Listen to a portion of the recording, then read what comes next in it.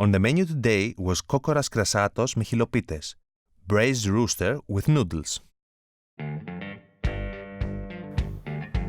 While I chopped the onions, Mrs. Sula seared the rooster in olive oil until golden brown. I added some salt, pepper, bay leaves, allspice, garlic, chopped onion,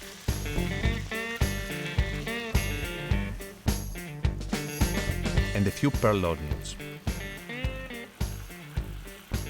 A touch of balsamic vinegar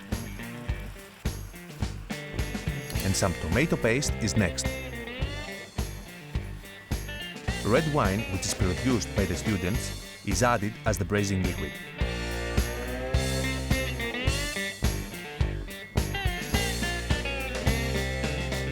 When the rooster was almost done, I started my noodles, which were also made by the students at the school. Once they were cooked, I drained them and added some of the braising liquid from the rooster, along with a bit more olive oil for extra flavor.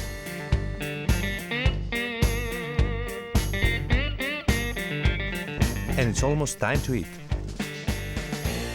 Fresh noodles, tender rooster, cheese from the farm school, and because I like it spicy, some red pepper flakes. And a bit more olive oil for extra flavor.